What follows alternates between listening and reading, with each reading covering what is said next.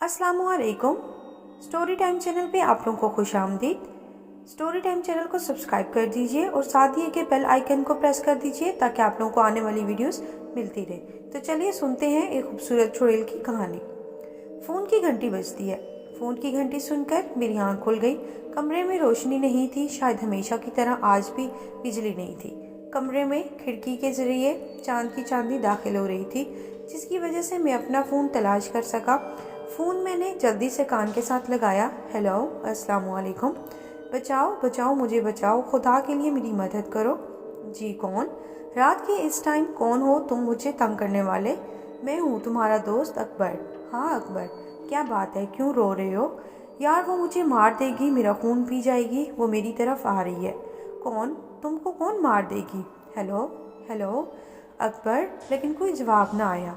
मैंने खुद अकबर का नंबर डायल किया, लेकिन दूसरी तरफ से कोई जवाब न वसूल हो रहा था। मैं अचानक इसकी बातों से परेशान हो गया था।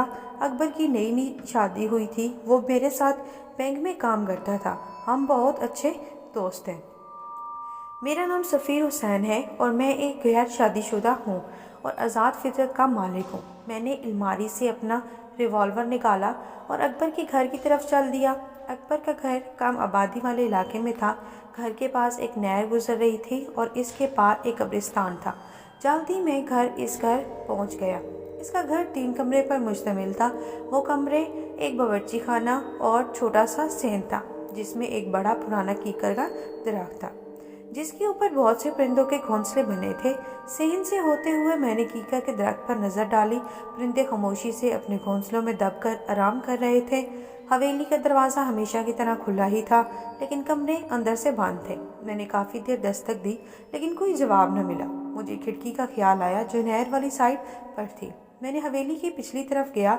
मैं ये देखकर हैरान रह गया, खिड़की की खुली थी और खिड़की के ऊपर ताज़े खून के निशान थे। मैं खिड़की के ज़रिए अंदर आया। अब बिजली आ चुकी थी। मैंने बल्ब जलाया तो मेरे रोंगटे खड़े हुए। अकबर बेड के नीचे खून में लिपटा हुआ पड़ा था और भाभी का कोई नामो निशान नहीं था। मैंने अकबर को चेक किया तो वो इस दुनिया को छोड़ चुका था कि अचानक मेरी नज़र खून के धब्बों पर पड़ी जो कि इसकी नंगे पाँव के थे। यानी कोई कमरे से खिड़की की तरफ से बाहर गया था और खून के निशान इसके पाँव के ज़रिए फर्श पर बने हुए थे। मैंने पहले घर की तलाशी ली, लेकिन भाभी का कोई पता न चला। लेकिन वो कातिल हो सकता है, भाभी को साथ ले गया हो। मैंने पाँव के निशानों का पीछा करने का फैसला किया और खिड़की के ज़रिए बाहर आ गया। लेकिन मैंने थाने कॉल कर दी थी और सब हकीकत बता दी थी। पायों के निशान टॉर्च की रोशनी में बहुत वाज़ेह नज़र आ रहे थे, लेकिन ये क्या, ये निशान तो नहर में जा रहे थे। यानी कातिल ने नहर पार की थी, पर मैं नहर पार नहीं कर सकता था। इसलिए मैंने 1 किलोमीटर लंबा चक्कर नहर से होकर लगाया और फिर नहर की दूसरी जानिब इन पाँव के निशान तलाश करने लगा। जल्द ही ताज़े पाँव के निशान मिल गए। ये निशान कब्रिस्तान की तरफ जा रहे थे। मुझे कब्रिस्तान से डर लगता है कि अचानक मेरे कानों में पुलिस की गाड़ी की आवाज़ आने का शोर सुनाई दिया, तो मैं वापस अकबर के घर की तरफ चल दिया। मैंने अपना तारुफ करवाया और बताया कि ये निशान कब्रिस्तान में जा रहे हैं। मैं कब्रिस्तान में अकेला नहीं जा सकता, अगर आपने साथ चलना है तो चलो, क्योंकि वो कातिल भाभी को कब्रिस्तान की तरफ ले गया है। इंस्पेक्टर ने अपने साथी 2 आदमी और बाकी वहाँ शवाहिद इकट्ठे करने लगे। हम कब्रिस्तान में दाखिल हो गए थे। कब्रिस्तान बहुत ही कदीमी मालूम पड़ता था। मैंने बहुत पहले इसी कब्रिस्तान में कभी नहीं आया था। कब्रें टूट फूट का शिकार थी। पाँव के निशान अब हमें नहीं मिल रहे थे। हम लोग इधर उधर फिर रहे थे। इंस्पेक्टर साहब ने कहा कि क्या अकबर के किसी से ज़्यादा दुश्मनी थी या कोई कारोबारी दुश्मनी वगैरह तो नहीं थी? इंस्पेक्टर साहब, अकबर बहुत ही शरीफ और ख़ानदानी इंसान था, इसकी किसी से क्या दुश्मनी हो सकती है? अच्छा, तो इसकी शादी कब और कहाँ हुई थी और इसने बैंक से छुट्टी ली थी? सर, सुबह इसकी आर्जी हाज़िरी भी सना से इसकी मुलाकात एक पार्टी में हुई थी। इस बात को 2 हफ्ते हो गए थे। गोया इन दोनों ने 2 हफ्तों के अंदर अंदर शादी भी कर ली। जी इंस्पेक्टर साहब, सना इस दुनिया में अकेली लड़की थी। माँ बाप एक हादसे में फौत हो गए थे, इसलिए चचा ने इसको पाला था। इसलिए उन्होंने भी शादी में देर नहीं की। वो कहाँ रहते हैं? वो भी इसी शहर में रहते हैं। वो भी शरीफ लोग हैं। शादी के दिन भी इनके घर गया था। बहुत नेक दिल और अच्छी फैमिली है। अचानक सिपाही ने आवाज़, इंस्पेक्टर साहब यहाँ पर एक लड़की पड़ी है। हम एक तरफ दरख्त में चले गए, वहाँ काफ़ी दरख्त थे और एक दरख्त के नीचे भाभी सना पड़ी हुई थी और मैं ये देखकर हैरान हो गया कि वो निशान भाभी के पाँव के थे, क्योंकि अब इनके पाँव पर खून जम चुका था और वो बेहोश थे। इंस्पेक्टर साहब ने गाड़ी वालों को कॉल की, वो कब्रिस्तान के पास गाड़ी ले आया और हम भाभी को उठाकर कब्रिस्तान से बाहर आ गए। गाड़ी वहाँ पहले से ही मौजूद थी और इसको अस्पताल ले गए। भाभी काफ़ी देर से बेहोश थी और वो बता सकती थी कि अकबर का कातिल कौन है और वो कब्रिस्तान में कैसे आई है। मैं अकबर के कफन दफन में मसरूफ़ था। अकबर का भाई और वालिद भी गांव से आए थे। अकबर का बड़ा भाई अकरम बहुत परेशान था क्योंकि वो अपने भाई से बहुत प्यार करता था। वालिद का भी बहुत बुरा हाल था, वो तो अकबर की ज़िद के पीछे खामोश थे। अकबर ही ज़िद करके शहर आया था और बैंक में मुलाजिम हो गया।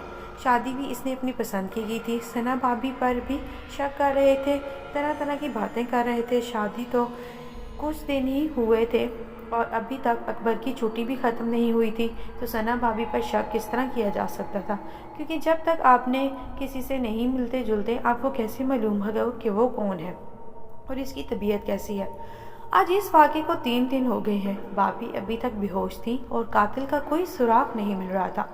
बैंक से वापसी पर अस्पताल का चक्कर लगाता था। अकरम भाई और अकबर की वालदा अस्पताल में ही थे। इनको पता था कि भाभी वो ज़रिया है जिनके ज़रिए हम कातिल तक पहुंच सकते हैं। पुलिस के वो आदमी भी हर वक्त ड्यूटी पर होते थे। हमेशा की तरह मैं फारिग होकर थाने गया तो मेरी मुलाकात इंस्पेक्टर से हो गई। खान मेरा क्लास फेलो था और हमारी बहुत अच्छी दोस्ती भी थी। मैंने सारा वाक़या खान को बताया। इंस्पेक्टर खान किसी गहरी सोच में डूब गया। काफ़ी देर बाद वो बोला, इस किस्म की 2-3 केस पहले भी हुए हैं। क्या मतलब, कैसे केस खान? अकेला घर आबादी से दूर रहता था, यानी कम आबादी वाला इलाका था और इसके घर में सिर्फ वो अकेले ही रहता था और फिर शादी भी अचानक और एक अनजान लड़की से की। ये बात तो ठीक है, लेकिन सना भाभी तो बहुत अच्छी हैं, काफ़ी खिदमत करती थी अकबर की।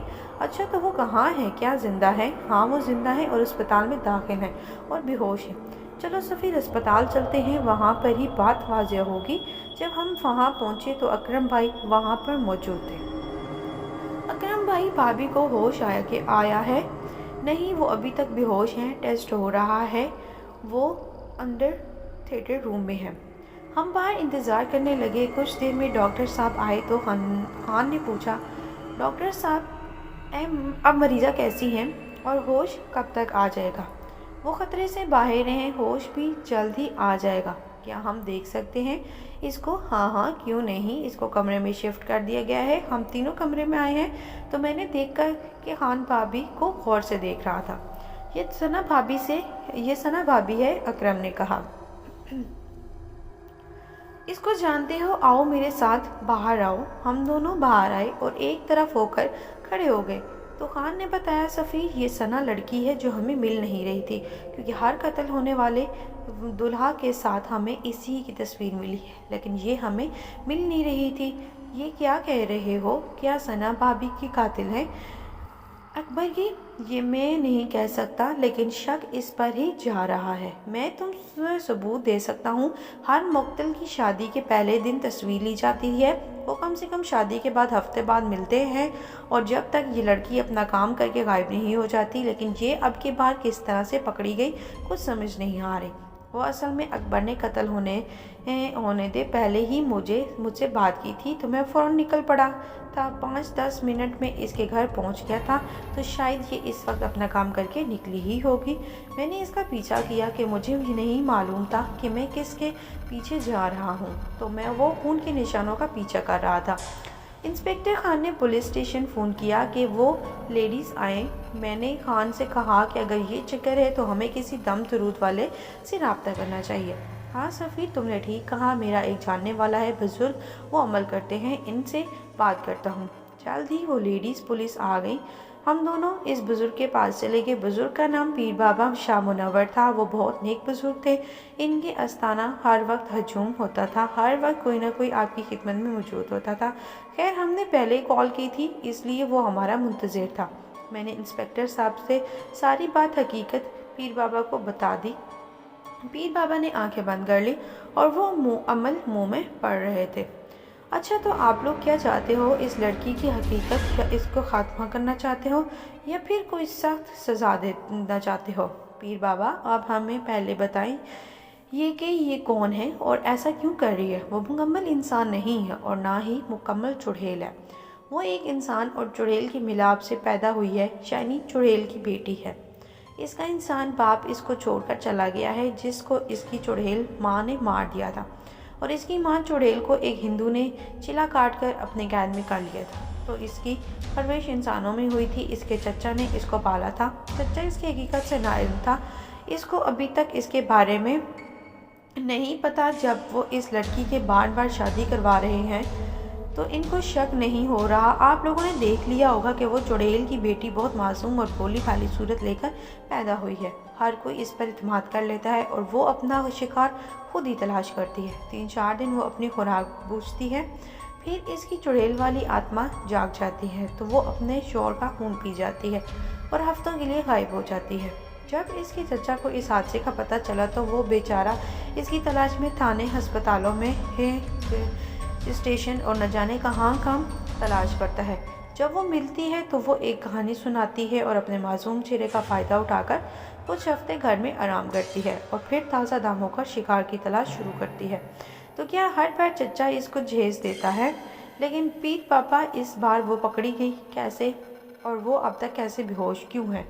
میں نے پہلے ہی بتایا تھا کہ وہ چڑیل کی بیٹی ہے، لیکن اس کے اندر انسان کا بھی خون ہے۔ وہ کمزور اور تھکاوٹ بھی محسوس کرتی ہے۔ اس رات جب اپنا شکار کر کے قبرستان کی طرف جا رہی تھی تو اسے نہر بھی پار کرنا پڑی تھی، تو اس کو معلوم ہو گیا تھا کہ وہ کوئی اس کا پیچھا کر رہا ہے، اس لیے جلدی میں وہ اس درخت سے ٹکرا گئی اور بے ہوش ہو گئی کیونکہ اس پر تھکاوٹ طاری ہو گئی تھی۔ اب ہمیں کیا کرنا چاہیے؟ آپ اس کا ساتھ کیا کرنا چاہتے ہیں؟ اس کو زندہ رکھ کر سزا دینا چاہتے ہو یا اس کو ختم کرنا چاہتے ہو؟ کیا پیر بابا اس پر گولی اثر کر سکتی ہے؟ ہاں کرے گی، لیکن یہ ضروری نہیں کہ اس کی موت اس گولی سے واقع ہو جائے۔ اس کو مارنے کے لیے اسی قبرستان میں 3 دن کا چلا کاٹنا ہوگا، جس کے بعد اس چڑیل کی بیٹی میں چڑیل والی طاقت آ جائے گی۔ اس کے بعد آپ جو سزا دینا چاہتے ہیں وہ اس کو سزا سے تکلیف اٹھائے گی اور آئندہ ہو سکتا ہے کہ وہ یہ غلط کام نہ کرے، ہمیشہ کے لیے چھوڑ دے۔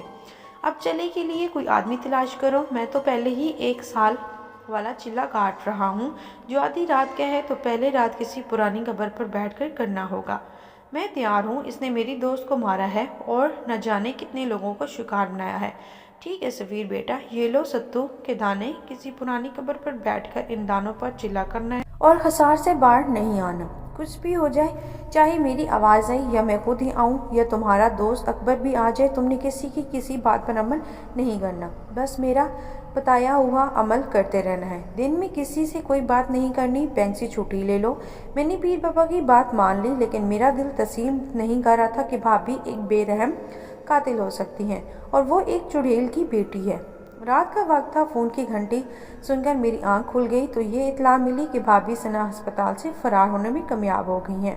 اس بارے میں اور کچھ معلوم نہ ہوا۔ میں نے اسی وقت انسپکٹر سے بات کی تو اس نے کہا سفیر بھائی اب وہ چلا کرنا ضروری ہے، خدا نہ کرے وہ کوئی کام کر دے، کسی کی جان چلی جائے۔ صبح ہوتے ہی بینک گیا اور بینک سے 5 چھٹیاں لیں اور انسپکٹر کان سے پاس گیا۔ میں پولیس اسٹیشن چلا گیا، وہ میرا انتظار کر رہا تھا۔ ہاں تو چھٹی لے لی ہے؟ ہاں جی ٹھیک ہے، چائے پی لو تو ہم ثنا بھابھی کے چچا کے گھر چلتے ہیں۔ ٹھیک ہے میں تیار ہوں۔ اور مجھے اس کے گھر اچھی طرح سے یاد تھا۔ ایک پڑوسی سے پتہ چلا کہ کل رات کو جہانگیر چچا کا انتقال ہو گیا ہے، اس لیے اس کے دفن کرنے کے لیے سب لوگ اس کے بھائی گاؤں گئے ہوئے ہیں۔ کیا ثنا بھابھی بھی ان کے ساتھ ہے؟ ظاہری بات ہے کہ ثنا باجی چچا جہانگیر کی بہت پیار کرتی تھی، انہیں تو جانا ہی چاہیے تھا۔ اور ان کا گاؤں کہاں ہے؟ انسپکٹر خان نے پوچھا۔ ان کا گاؤں کا نام کیا ہے؟ لال سندر والا ہے، اور وہ موٹر وے کے ساتھ ہی فیصل آباد سے کچھ پہلے ہی ہے۔ ہم سب سے پہلے پیر بابا کے پاس گئے تو انہوں نے کہا اس بات کا فائدہ اٹھا لو سفیر، تم اپنا چلا آج رات سے شروع کر لو، اور انسپکٹر خان تم بے شک اس کے پیچھے گاؤں چلے جاؤ۔ اگر وہ وہاں نہیں ہے تو ملتی تو وہاں سے غائب ہوتی ہے تو مجھے اطلاع دینا، میں پھر عمل سے بتا دوں گا کہ وہ کہاں ہے۔ ٹھیک ہے پیر بابا، جس طرح سے آپ کا حکم۔ پھر میں قبرستان چلا گیا اور رات کے لیے جگہ تلاش کرنے لگا۔ جلد ہی مجھے ایک پرانے درخت کے پاس ایک پرانی قبر مل گئی۔ मैं इस पर निशान लगाकर आ गया और खाना खाकर सो गया था। मेरी आंखें शाम 5 बजे खुल चुकी थी। अभी अंधेरा होने ही में कुछ देर बाकी थी। मैं अपनी जगह पर पहुंच गया था। वहां पर मैंने हसार खींची तो मैं इस कब्र पर बैठ गया और चिल्ला शुरू कर दिया। पहली रात सुकून से गुजरी। इंस्पेक्टर खान सना के गांव गया हुआ था। घर में आकर सो गया। दिन को बहुत सी कॉलें आई लेकिन मैंने यूं कॉल कोई अटेंड नहीं की। उठा और खाना वगैरह खाया और कब्रिस्तान की तरफ चल दिया। अपनी जगह पर पहुंचकर बैठ गया। आज मौसम भी ख़राब मालूम होता था। चांद का कोई नामो निशान न था। तेज़ से तेज़ हवा चल रही थी और मुझे चिल्ला करने में मुश्किल हो रही थी। हैरान की बात यह थी कि जब मैं घर से निकला तो मौसम साफ था, लेकिन जब कब्रिस्तान में कदम रखा तो मौसम ख़राब हो गया। खैर मैं इल्म करने में मसरूफ़ हो गया कि आसमान पर बिजली चमकी और बादल शोर करने लगा। हवाएं तेज़ तेज़ चलने लगी। बहुत ज़्यादा शोर हो रहा था। मुझे अमल करने में मुश्किल तो हो रही थी। कुछ देर में मैंने बारिश शुरू हो गई, लेकिन ये क्या, बारिश हसार के बाहर हो रही है और जिस जगह मैं था वहाँ कोई असर ना हो रहा था। बादल खूब बरस रहा था। हर तरफ पानी ही पानी हो गया था। लेकिन हैरान करने वाली बात यह थी कि पानी का एक कतरा भी मेरे करीब नहीं आ रहा था। मौसम अब साफ था। चंद नज़र आ रहा था और चांदनी हर चीज़ को मुनव्वर कर रही थी। बादल का शोर थम चुका था और अब मुकम्मल खामोशी भी थी। मैंने अपना अमल जारी रखा तो सुबह होने से कुछ देर पहले ही इंस्पेक्टर खान अपने पास आता हुआ नजर आया। खान ने कहा, सफ़ीर, ये चिल्ला छोड़ दो। हमने सना को मार दिया है। अब वो मर चुकी है। लेकिन इस वक्त मैं होश में था। मुझे पीर बाबा वाली बात याद थी। मैं भला कैसे छोड़ सकता था चिल्ला। मैं चिल्ले में मगन रहा। खान ने कहा, उठ जाओ मेरे दोस्त, क्यों देर कर रहे हो, अपना टाइम ज़ाया कर रहे हो, आओ मेरे साथ, मेरा हाथ पकड़ो। खान ने मेरी तरफ हाथ बढ़ाया तो इसके मुंह से चीख निकल गई और वो गायब हो गया। मैंने खुदा का शुक्र अदा किया कि मैंने कोई गलत कदम नहीं उठाया। सुबह हुई तो मैं घर लौट आया और खाना खाकर सो गया। शाम को अपने टाइम पर उठा और अपना सख्त इम्तिहान होने वाला था और मैंने इसके लिए तैयार था। मैंने आज मगरिब की नमाज कब्रिस्तान के पास अदा की थी, क्योंकि पहले मैं घर में अदा करके जाता था। चिल्ला मैंने अपने टाइम पर शुरू कर दिया था। वो तकरीबन आधी रात का वक्त था जब मुझे दूर से किसी के कदमों की आहट सुनाई दी। कोई सफ़ेद साफ में मेरी तरफ आ रहा था। करीब आया तो मैंने देखा कि वो सना ही है। उन्होंने बहुत मासूम सूरत बनाई हुई थी और मुझसे माफ़ी मांगने लगी।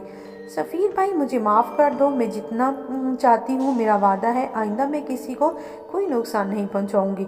काफ़ी देर खड़ी रही, फिर खामोश होकर और मायूस होकर वापस चली गई। कुछ देर बाद खामोशी रही। फिर पीर बाबा मेरे सामने आए और उन्होंने कहा, बेटा इसको माफ़ कर दो, वो तुमसे माफ़ी मांग रही है।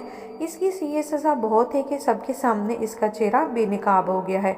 मैं पीर बाबा की बात करने ही वाला था कि मेरे कानों में आवाज़ आई, ये सब नज़र का धोखा है, ये मैं नहीं हूँ, तुम अपना अमल जारी रखो। फिर वो पीर बाबा कभी वहाँ से चले गए। मैं इस चक्कर में था कि चिल्ला किस तरह पूरा हो। सुबह होने से पहले कब्रिस्तान एक शोर से जाग उठा था। कब्रों से मुर्दे निकलने लगे, दरख्त टूटने लगे, परिंदे बेचैन होकर हवा में उड़ रहे थे। कुछ दरख्तों को आग लग गई। जिस कब्र पर मैं बैठा था वो भी मुसलसल तड़प रही थी और मुझे अपना अमल करने में मुश्किल हो रही थी। फिर मैंने देखा कि सना भाभी के साथ चंद लोग मेरी तरफ आ रहे थे, जिनमें मेरा मरहूम दोस्त अकबर भी था। उन्होंने मुझसे कहा कि हमने सना को माफ़ कर दिया है, अब तुम भी इसको माफ़ कर दो। मैंने इनकी एक ना सुनी तो वो गुस्से में आ गए और मुझ पर कब्रों से पत्थर उठा कर मारने लगे। लेकिन कोई भी पत्थर मुझसे ना लगा। सब करीब जाकर गिरते रहे। कुछ देर बाद ये अमल जारी रहा। फिर सब मुर्दे मेरे पास आने लगे और वो पुरानी कब्र भी मुझे परेशान कर रही थी, जिसमें मैं किसी बुढ़िया की आवाज़ें आ रही थी। मैंने आंखें बंद कर ली और अमल जारी रखा कि अचानक सब शोर ख़त्म हो गया। मैंने आंखें खोली तो सना चुड़ैल की बेटी पहले बेहोश पड़ी थी। दूर से मुझे इंस्पेक्टर खान आता हुआ दिखाई दिया। अब सुबह हो चुकी थी। इंस्पेक्टर खान ने बेहोश सना पर फायर किया और इसको हमेशा की नींद सुला दिया। मैं खसार से बाहर निकला। हमने सना की लाश को ताबूत में बंद करके बगैर जनाजे और असल के ही दफन कर दिया, क्योंकि वो मुसलमान थी और ना पूरी इंसान थी, तो वो चुड़ैल की बच्ची थी। मुझे आज भी अकबर की याद आती है। इस वाक़े को 10 साल हो गए हैं। तो यूँ स्टोरी ख़त्म होती है। उम्मीद है कि आप लोगों को मेरी ये कहानी अच्छी लगी होगी।